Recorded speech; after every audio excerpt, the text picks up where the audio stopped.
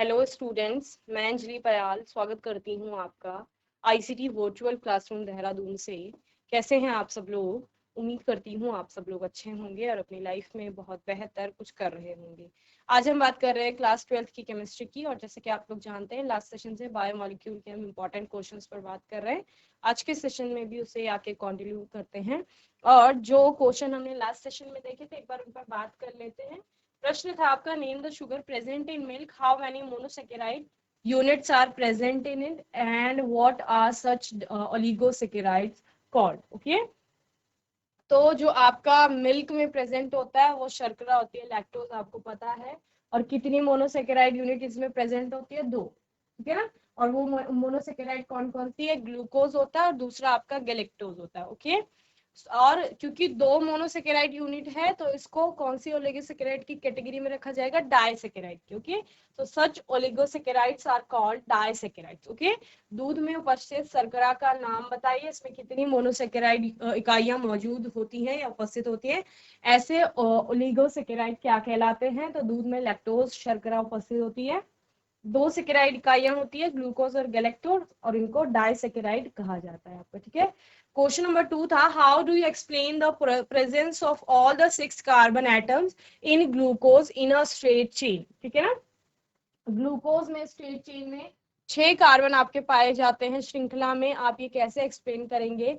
तो इसकी अभिक्रिया कराई जाती है HI से रेड फास्फोरस की प्रेजेंस में, और तब एनहेक्सेन बनता है। तो एनहेक्सेन आपको क्या बता रहा है यहाँ पर कि हेक्स का मतलब है 6 कार्बन, और एन बताना है कि सारे सिंगली बॉन्डेड है, तो 6 कार्बन एक श्रृंखला में आ रहे हैं और उपस्थित है। ठीक है ना। तो इस प्रकार से आपकी अभिक्रिया होती है। प्रश्न संख्या 3 है आपका, name the linkage connecting monosaccharide units in polysaccharide. ठीक है ना। पॉलीसेकेराइड में जो मोनोसेकेराइड यूनिट जुड़ी होती है वो कौन से लिंकेज के द्वारा जुड़ी होती है? तो ग्लाइकोसिडिक लिंकेज या ग्लाइकोसाइडी बंध भी आप इन्हें कहते हैं, इसके द्वारा ये आपस में जुड़ी हुई होती है। Okay, which sugar is called invert sugar, why is it called so? कौन सी शुगर आपकी इनवर्ट शुगर अपवृत शर्करा कहलाती है, और ऐसा उसे क्यों कहा जाता है? ठीक है ना। तो सुक्रोज जो होती है आपकी वो अपवृत शुगर या इनवर्ट शुगर कहलाती है। ऐसा क्यों होता है? क्योंकि सुक्रोज होती है आपकी डेक्स्ट्रो रोटेटरी। ठीक है ना। डेक्स्ट्रो रोटेटरी होती है, लेकिन उसके हाइड्रोलिसिस के बाद, क्योंकि ये आपकी एक डाइसेकेराइड होती है, इसमें 2 आपके मोनोसेकेराइड्स होते हैं, एक होता है ग्लूकोज, दूसरा होता है आपका फ्रक्टोज। ठीक है। तो ग्लूकोज आपका कैसा होता है? ग्लूकोज होता है डेक्स्ट्रो रोटेटरी। ओके, और जबकि आपका जो फ्रक्टोज होगा वो होगा levo rotatory. Since the levo rotation of fructose is -92.4 degree, आप क्या बोलते हैं कि यहाँ पर लीवो रोटेशन जो फ्रक्टोज का है वो कितना है? -92.4 डिग्री। जबकि जो डेक्स्ट्रो रोटेशन है ग्लूकोज का वो क्या होता है आपका? +52.5 डिग्री। लेकिन हाइड्रोलिसिस के बाद इनके साइन चेंज हो जाते हैं आपस। ठीक है ना, इंटर कन्वर्जन हो जाता है, जिसकी वजह से जो लीवो रोटेशन था वो आपका क्या हो जाएगा? डेक्स्ट्रो वाला, डेक्स्ट्रो लीवो वाला। तो आपका यहाँ पर जो ओवरऑल मिक्सचर होगा वो लीवो रोटेटरी हो जाता है। ठीक है, साइन के कन्वर्जन के कारण तो वो बड़ा हो जाएगा लीवो रोटेशन वाला, तो जो प्रोडक्ट होगा आपका वो लीवो रोटेटरी होगा। देन इस वजह से thus the hydrolysis of sucrose changes the sign of rotation. Rotation का साइन चेंज कर लेंगे from dextro plus to levo minus, and the product is name invert sugar, और इसलिए इसे क्या कहा जाता है? अपवृत शर्करा कहा जाता है। ओके, चलिए क्वेश्चन था आपका, describe the terms D and L configuration used for amino acid with example. Okay, example की सहायता से अमीनो एसिड में डी और एल विन्यास को समझाना था। ठीक है ना। तो डी और एल विन्यास में आप देखेंगे, एक तो होता है यहाँ पर अमीनो एसिड में कायरल कार्बन पाया जाता है आपका, जो आप बोलते हैं कैसा होता है? ऑप्टिकली एक्टिव होता है आपका। देन इसके बाद क्या होगा? डी में आपका जो NH2 ग्रुप होगा वो राइट हैंड साइड में होगा, और एल कॉन्फ़िगरेशन में वही NH2 group left hand side में आपको देखने को मिलेगा। All naturally occurring alpha amino acid except glycine, glycine को छोड़ करके जितने भी प्राकृतिक रूप से पाए जाने वाले आपके अल्फा अमीनो एसिड है आर ऑप्टिकली एक्टिव। सारे कैसे होते हैं? ग्लाइसिन को छोड़ करके ऑप्टिकली एक्टिव होते हैं ड्यू टू कायरल कार्बन के कारण, उसकी उपस्थिति के कारण। दीज हैव ईदर डी और एल कॉन्फ़िगरेशन, ठीक है ना, या तो इनमें डी कॉन्फ़िगरेशन पाया जाता है या एल आपको देखने को मिलेगा। D form means that the amino NH2 group is present towards the right hand side. Okay, D configuration में आपका क्या होता है, जो NH2 ग्रुप होता है वो उस कायरल कार्बन के राइट हैंड साइड में आपको देखने को मिलेगा। And in L form shows the amino group on the left hand side, और जो अमीनो ग्रुप होगा वो एल फॉर्म में वो लेफ्ट हैंड साइड में होगा। तो यहाँ पर आपको जैसे डी एलेनिन और एल एलेनिन दिए गए हैं, तो डी में क्या है, राइट हैंड साइड में NH2, और एल में क्या है, लेफ्ट हैंड साइड में NH2। ठीक है, यही है आपका D and L configuration for amino acid. Okay, now how will you distinguish 1 degree and 2 degree hydroxyl groups present in glucose? Explain with reactions। ठीक है ना, 1 डिग्री और 2 डिग्री हाइड्रोक्सिल ग्रुप्स को जो कि ग्लूकोज में प्रेजेंट है, आप कैसे उसमें अंतर बताएंगे या कैसे उनकी पहचान करेंगे? तो हम पहचान कैसे करते हैं, सपोज आपके पास 1 डिग्री हाइड्रोक्सिल ग्रुप वाला ग्लूकोज भी है और 2 डिग्री हाइड्रोक्सिल ग्रुप वाला ग्लूकोज भी है, ठीक ना, ठीक है, दोनों की अभिक्रिया आप नाइट्रिक एसिड से कराते हैं, और 1 डिग्री यानी प्राथमिक हाइड्रोक्सिल ग्रुप वाला जो ग्लूकोज होगा वो वहां पर ऑक्सीडाइज हो जाता है कार्बोक्सिलिक एसिड, ठीक है, लेकिन 2 डिग्री वाला ऐसा नहीं करता है। तो 1 डिग्री वाला चूंकि ऑक्सीडाइज हो रहा है, इसका मतलब वो 1 डिग्री वाला होगा, तो आप उसकी पहचान कर लेंगे वहां से, ठीक है ना। 1 degree and 2 degree hydroxyl group present in glucose can be identified by the reaction of glucose with nitric acid. Primary OH group present in glucose oxidize quickly to COOH group, while secondary OH group does not. Hence, one OH is the और first OH is the primary OH group, यानी जिसने reaction की है और जो oxidise हो करके carboxylic acid group बना रहा है, उसका मतलब वो 1 डिग्री हाइड्रोक्सिल ग्रुप होगा, किसका, ग्लूकोज का। ओके, चलिए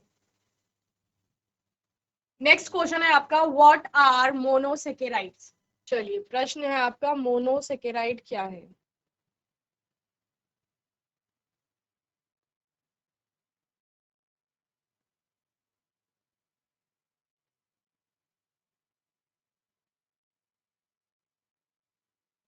तो आपको पता है कार्बोहाइड्रेट्स होते हैं, ठीक है ना, उन्हीं कार्बोहाइड्रेट्स को जो हम क्लासिफाई कर रहे थे, उसमें पहली यूनिट आपकी मोनोसेकेराइड की आ रही थी। मोनोसेकेराइड आपके एक ऐसे कार्बोहाइड्रेट है जिनमें एल्डिहाइड या कीटोन ग्रुप अगर पाया भी जा रहा है तो उनके हाइड्रोलिसिस पर और आपको सेकेराइड यूनिट्स प्राप्त नहीं हो रही थी, ठीक है, तो उन्हीं को मोनोसेकेराइड, मोनो का मतलब क्या है, एक, ठीक है ना।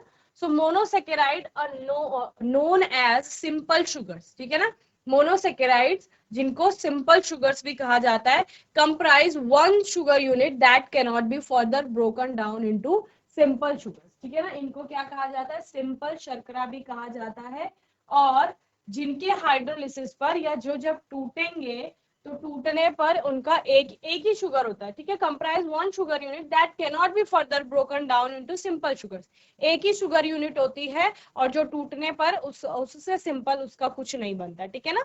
तो यहाँ पर we can classify a monosaccharide on the basis of the number of carbon atoms and the functional group present in that.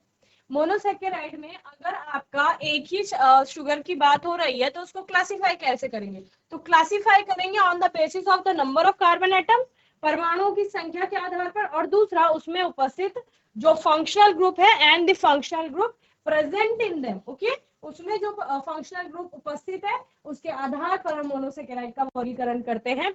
The monosaccharide which contains an aldehyde groups is termed as aldose, जिसमें aldehyde group, ऐसा monosaccharide जिसमें aldehyde group present होता है उसको aldose कहा जाता है, and जिसमें कीटोन ग्रुप प्रेजेंट होता है उसको कीटोज कहा जाता है आपका। Okay, and those which have a keto group are called ketoses. Okay, depending on the number of carbon atoms present in a monosaccharide it further classified as trioses, tetrose, pentose, hexose, heptose, ठीक है ना।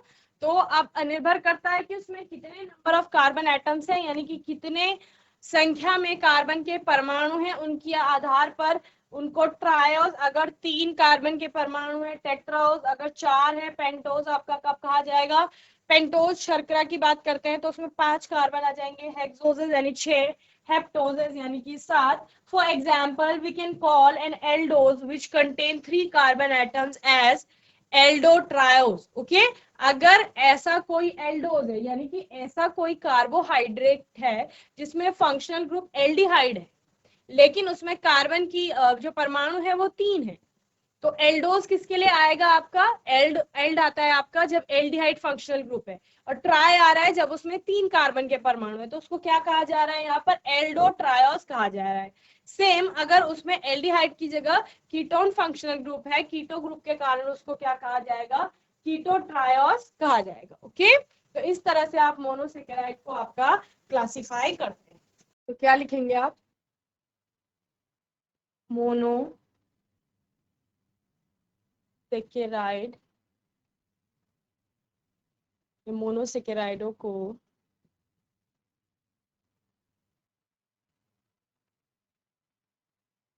तरल शर्करा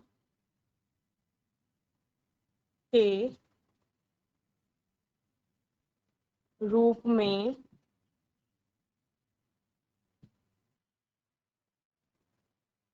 जाना जाता है. Okay, तथा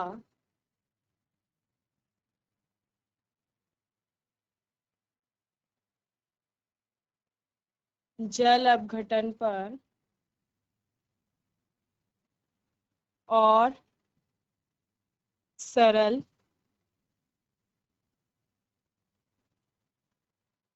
इकाइयां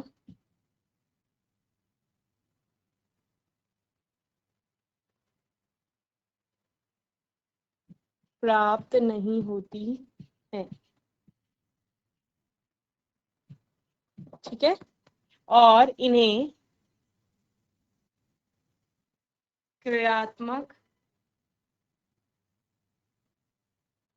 समूह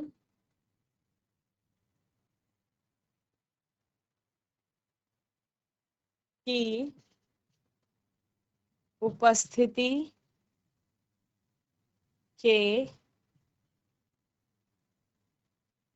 आधार पर दो समूहों में बांटा जाता है. ठीक है,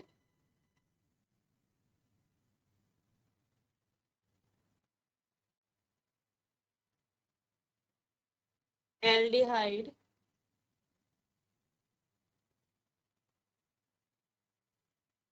एल्डिहाइड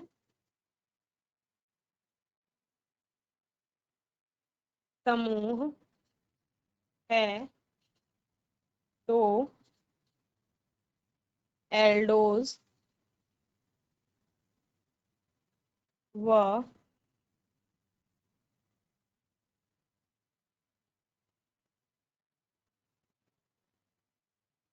कीटोन समूह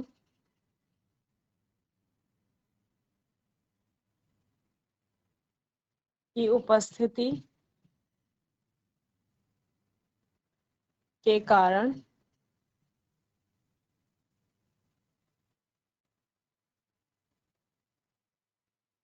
कीटोस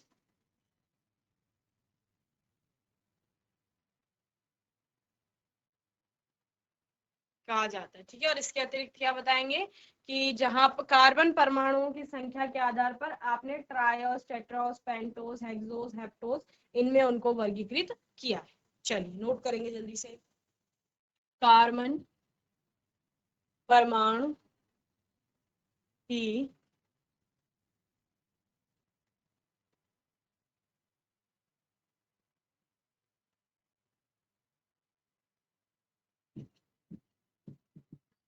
संख्या के आधार पर. ठीक है, एक साइड लिख लेंगे कार्बन परमाणु की संख्या. ठीक है, उसके लिए आप नाम क्या वर्ड यूज करेंगे. ठीक है,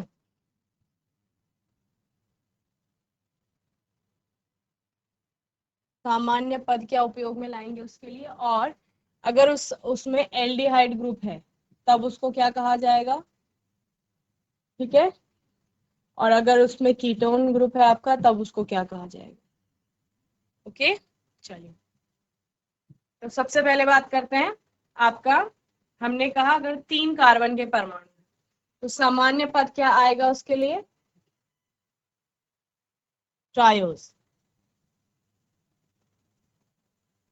एल्डिहाइड होगा तो एल्डो ट्रायोस, ठीक है। और उसमें अगर कीटो समूह होगा तो उसको कहा जाएगा कीटो ट्रायोस।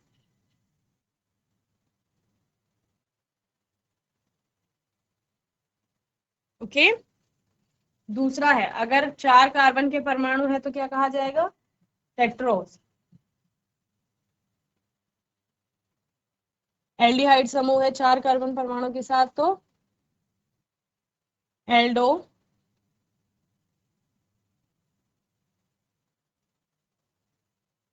टेट्रोस। कीटो समूह है तो कीटो टेट्रोस, ठीक है। देन 5 कार्बन है तो pentose.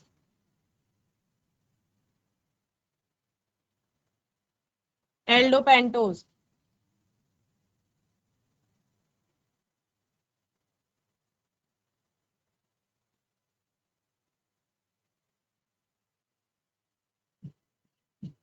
Keto pentose.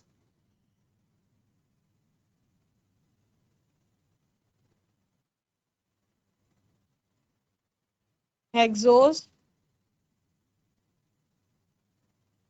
Aldo hexose.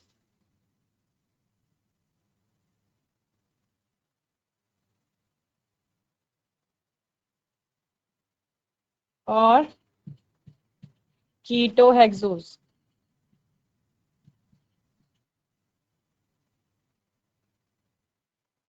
और अगर 7 कार्बन के परमाणु है तो हेप्टोज।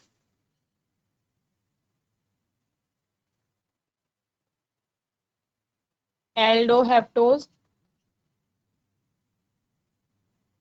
और कीटो हेप्टोज,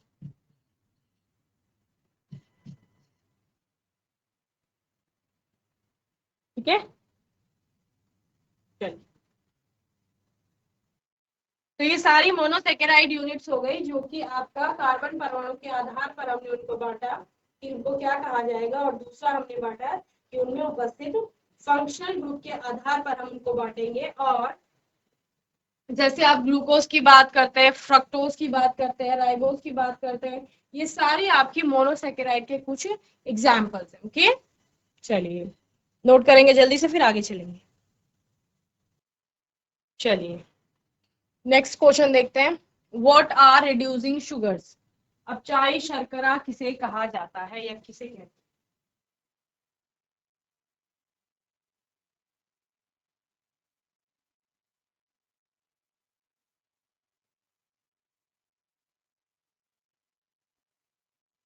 अब चाय शर्करा क्या है, क्या होते हैं या किसे कहते हैं, ठीक है ना। Reducing sugar, those type of carbohydrates which reduces Fehling solution and Tollens reagent are terms as reducing sugars, ठीक है ना। वो कार्बोहाइड्रेट आपका जो टॉलन और फेलिंग सोल्यूशन को क्या कर रहे हैं, रिएजेंट को रिड्यूस कर रहे हैं, अपचयित कर रहे हैं, उनको रिड्यूसिंग शुगर्स कहा जा रहा है, ठीक है। ऐसे कार्बोहाइड्रेट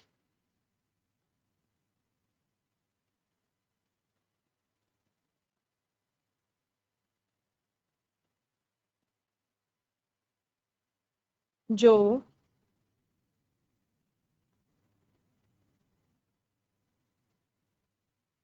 फेलिंग व टॉलन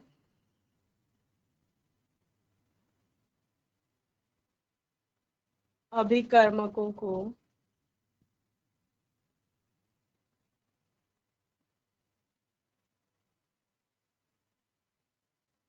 अपचयित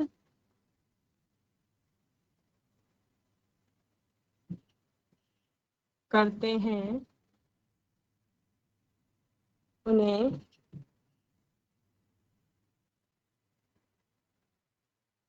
अपचाई शर्करा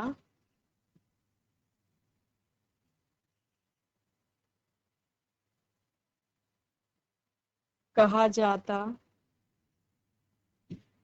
ठीक है, इसमें आती है आपके मोनोसेकेराइड और डाइसेकेराइड के कुछ एग्जाम्पल। तो अपचाई शर्करा के उदाहरण में आप माल्टोज का एग्जाम्पल दे सकते हो, लैक्टोज का दे सकते हैं। ठीक है, और जबकि आपका जो सुक्रोज है वो भी डाइसेकेराइड है आपकी, लेकिन उसको आप किस में रख रहे थे, अपूरित शर्करा में रख रहे थे, यानी इन्वर्ट शुगर में उसको रख। नोट करेंगे जल्दी से। माल्टोज क्या है आपका, alpha D glucose, alpha D glucose maltose बना रहे हैं, डाइसेकेराइड है आपका। और लैक्टोज में बीटा डी गैलेक्टोज और बीटा डी ग्लूकोज आपका मिल रहे हैं। ठीक है, लैक्टोज तो मैंने आपको लास्ट सेशन में बताया था।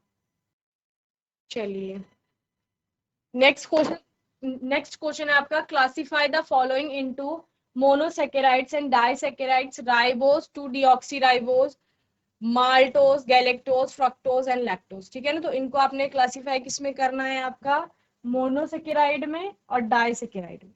ठीक है, चलिए प्रश्न लिखिए।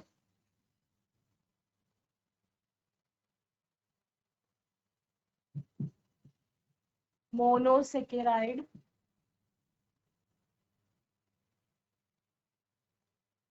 तथा डाइसेकेराइड, डाइसेकेराइड किसके अंतर्गत आ रहा था, ओलिगोसेकेराइड के अंतर्गत आ रहा था। ठीक है ना, डाइसेकेराइड में वर्गीकृत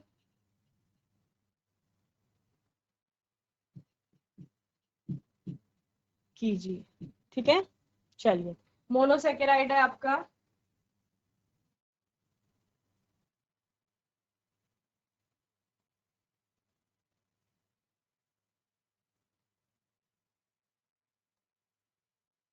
two deoxy ribose,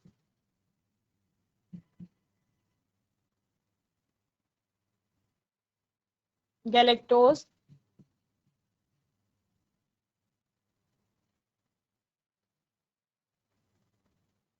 ribose,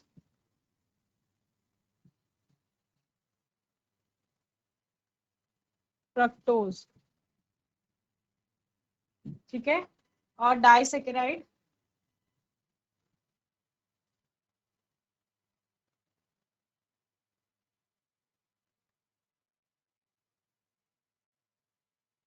lactose, जो यहाँ पर दिए गए हैं, दुग्ध शर्करा भी जिसको आप कहते हैं, दूध में पाए जाने वाली शुगर, माल्टोज।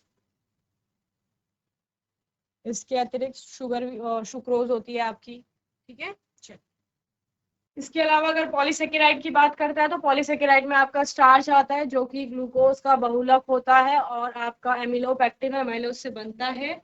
साथ ही सेलुलोज की बात करते हैं आप लोग, और ग्लाइकोजन इसमें एक आता है। ठीक है, मोनोसेकेराइड में ग्लूकोज भी आ जाएगा, डाइसेकेराइड में सुक्रोज आ जाएगा, पॉलीसेकेराइड में मैंने स्टार्च बताया आपको और क्या बताया है, सेल्यूलोज बताया। ठीक है, चलिए नेक्स्ट क्वेश्चन है, what do you understand by the term glycosidic linkage.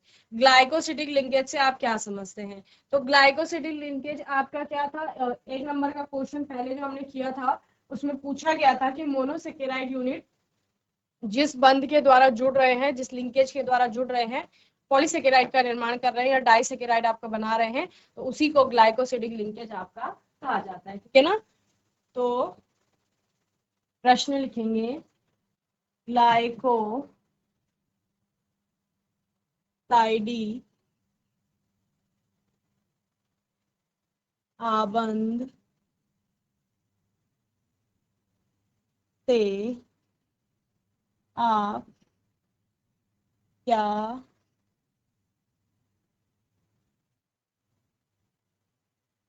समझते हैं। ठीक है, चलिए, the linkage which formed by the loss of water between two monosaccharide units through an oxygen atom is known as glycosidic linkage. ठीक है ना, glycosidic linkage क्या है, एक लिंकेज है लेकिन दो आपका मोनोसेकेराइड यूनिट, दो मोनोसेकेराइड यूनिट जब वाटर का लॉस करके, वहां पर वाटर मॉलिक्यूल का लॉस हो रहा है, यानी कि एक जल का अणु वहां पर बाहर निकल रहा है, जल का अणु बाहर निकल रहा है और ऑक्सीजन के द्वारा दोनों वहां पर जुड़े हुए हैं, इसी को ग्लाइकोसिडिक लिंकेज कहा जा रहा है। ये भी एक मोनोसेकेराइड है ग्लूकोज, ये भी मोनोसेकेराइड यूनिट है फ्रक्टोज, दोनों जुड़ गए हैं और जुड़ रहे हैं ऑक्सीजन से, और यहाँ पर अलग हुआ होगा H2O। ठीक है ना, तो इसी को आपका क्या कहा जा रहा है, ग्लाइकोसिडिक लिंकेज कहा जा रहा है। For example in sucrose molecule, sucrose के मॉलिक्यूल में आपका क्या होता है यहाँ पर बच्चे, जब हम सुक्रोज की बात कर रहे थे तो अल्फा डी ग्लूकोज और बीटा डी फ्रक्टोज आपका क्या होता है, आपस में जुड़ रहे हैं, या डी ग्लूकोज और डी फ्रक्टोज आपका जुड़ रहे हैं और जुड़ करके क्या बना रहे हैं, सुक्रोज बना रहे हैं, जो कि आपका एक डाइसेकेराइड की कैटेगरी में आता है। ओके, चलिए, so the linkage which forms by the loss of water between two monosaccharide, okay, लिखेंगे ऐसा बंध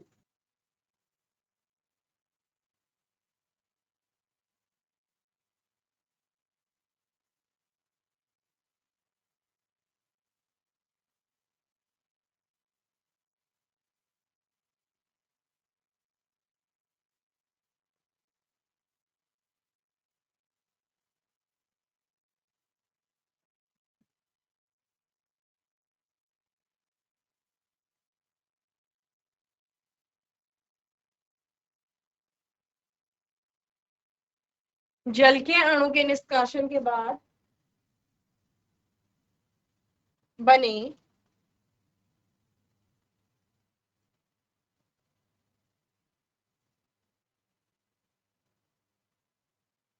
ऑक्सीजन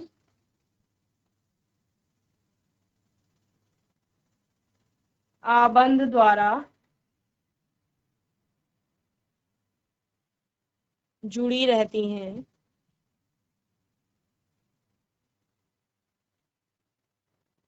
इसे ही ग्लाइकोसाइडी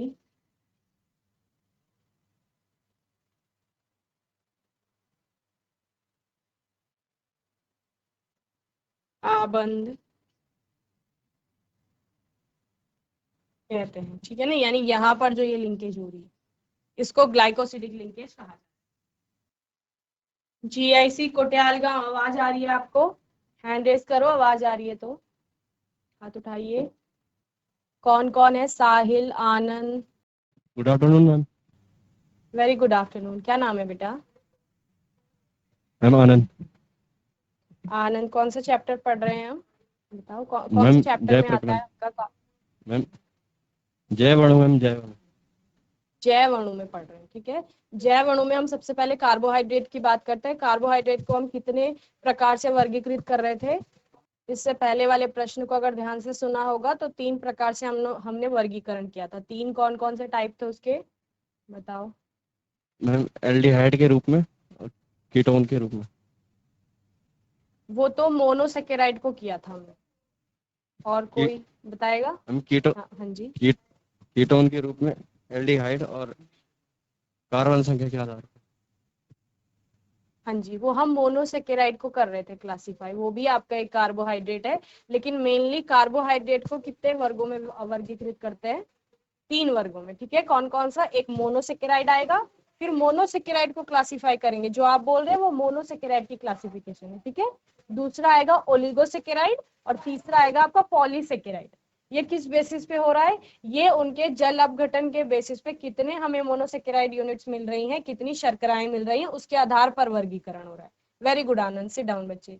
तो वहां पर हमने क्लासिफिकेशन में जो पहला यूनिट देखा मोनोसेकेराइड का, वो हमने बोला ऐसे कार्बोहाइड्रेट होंगे। ठीक है ना, मोनोसेकेराइड के क्या क्या होते हैं, मोनोसेकेराइड को हमने बोला कि ये ऐसे कार्बोहाइड्रेट को क्लासिफाई कर रहे हैं, पहले मोनोसेकेराइड, ओलिगोसेकेराइड, फिर पॉलीसेकेराइड। ठीक है ना, तो मोनोसेकेराइड में हमने बोला अगर उसका जल अपघटन होगा तो जल अपघटन में आपको कुछ नहीं मिल रहा है, वो सरल एक ही शर्करा है, वो जिसको हम क्या बोलते हैं, सिंपल शुगर भी बोलते हैं, जिसमें आपका ग्लूकोज आएगा, गैलेक्टोज की बात हम उसमें कर रहे थे, राइबोज की बात हमने की उसमें, ठीक है, आपका फ्रक्टोज के बारे में हम लोग बात की उसमें। तो ये सारे आपके क्या है, मोनोसेकेराइड्स यूनिट में आएंगे। और इसी में हमने बोला कि जो फंक्शनल ग्रुप उसमें प्रेजेंट है उसके आधार पर क्लासिफिकेशन होगा। अगर एल्डिहाइड है तो एल्डोज हम उसे कहेंगे, अगर कीटोन है तो कीटोज हम उसे कहेंगे, ठीक है। और फिर कार्बन परमाणुओं की संख्या के आधार पर वर्गीकरण देंगे कि अगर कार्बन परमाणुओं की 3 संख्या है तो ट्रायोज बोल दिया, 4 है तो टेट्रोज बोल दिया, तो इस तरह से वर्गीकरण किया। दूसरा ओलिगोसेकेराइड आता है। ओलिगोसेकेराइड बोलता है कि अगर जल अपघटन होगा तो इसमें एक आपका 2 से लेकर के और 10 तक के आपके अणु आ सकते हैं, ठीक है। तो ओलिगोसेकेराइड को फिर क्लासिफाई करते हैं किसमें, डाइसेकेराइड, ट्राइसेकेराइड, टेट्रासेकेराइड, ठीक है, इस तरह से। फिर पॉलीसेकेराइड, अगर 10 से ज्यादा आ रहे हैं तो उनको पॉलीसेकेराइड की कैटेगरी में रखा जाता है। और मैंने आपको बोला कि क्या होगा, मोनोसेकेराइड में आपके हमने किस किस को पढ़ा, क्वेश्चन था कि आपको क्लासिफाई करना है मोनोसेकेराइड और डाइसेकेराइड में। तो मोनोसेकेराइड में जैसे डीऑक्सीराइबोज आ गया, गैलेक्टोज आ गया, राइबोज आ गया, फ्रक्टोज आ गया, ग्लूकोज भी इसी में आता है मोनोसेकेराइड में, ठीक है। और डाइसेकेराइड जो कि ओलिगोसेकेराइड का टाइप है, उसमें आप लैक्टोज को पढ़ते हैं, ये दूध में पाई जाने वाली शर्करा है, ठीक है। और माल्टोज को आप लोग पढ़ रहे हैं। इसके अलावा इनवर्ट शुगर, सुक्रोज को इसमें आप पढ़ेंगे, ठीक है। और तीसरी कैटेगरी आपकी आएगी पॉलीसेकेराइड की, जिसमें आप स्टार्च की बात करते हैं, जो आपका ग्लूकोज का क्या होता है, बहुलक होता है। एमाइलोज और एमिलोपेक्टिन से वो बना हुआ है, 2 घटक उसके पाए जा रहे हैं। और इसके अलावा सेल्यूलोज की बात करेंगे, और आप यहाँ पर ग्लाइकोजन के बारे में भी पढ़ते हैं, ठीक है ना। चलिए, तो यहाँ पर हमने किसके बारे में बात किया, अपना ग्लाइकोसिडिक लिंकेज के बारे में। छोटे छोटे क्वेश्चन बनते हैं, देखो ध्यान से सुनेंगे। इनवर्ट शुगर, रिड्यूसिंग शुगर हो गई आपकी, ग्लाइकोसिडिक लिंकेज हो गया, न्यूक्लियोसाइड, न्यूक्लियोटाइड, ये इंपॉर्टेंट क्वेश्चन बनते हैं। डीएनए, आरएनए के बारे में पूछेगा आपको। इसके अलावा जो ये वाला क्वेश्चन है ये इंपॉर्टेंट है, क्या करेंगे, ग्लूकोज की जो अभिक्रियाएं है ना आपके चैप्टर में, ध्यान से सुनेंगे कुटियालगांव, ग्लूकोज की जो अभिक्रियाएं हैं उनको आप लोग पढ़ लेंगे, जो कि किससे है, आपका हाइड्रोजन आयोडाइड से, एनेक्सेन आपका बन रहा है ब्रोमीन से होगी, और नाइट्रिक अम्ल से होगी, ठीक है। ये अभिक्रियाएं भी आपका पूछता है कभी कभी कभी, ठीक है। चलिए, तो मैं उम्मीद करती हूँ आज का सेशन आपको समझ में आया होगा। बोलो कुछ समझ में आया, हैंड रेस करो, समझ आया तो, समझ आया, ठीक है।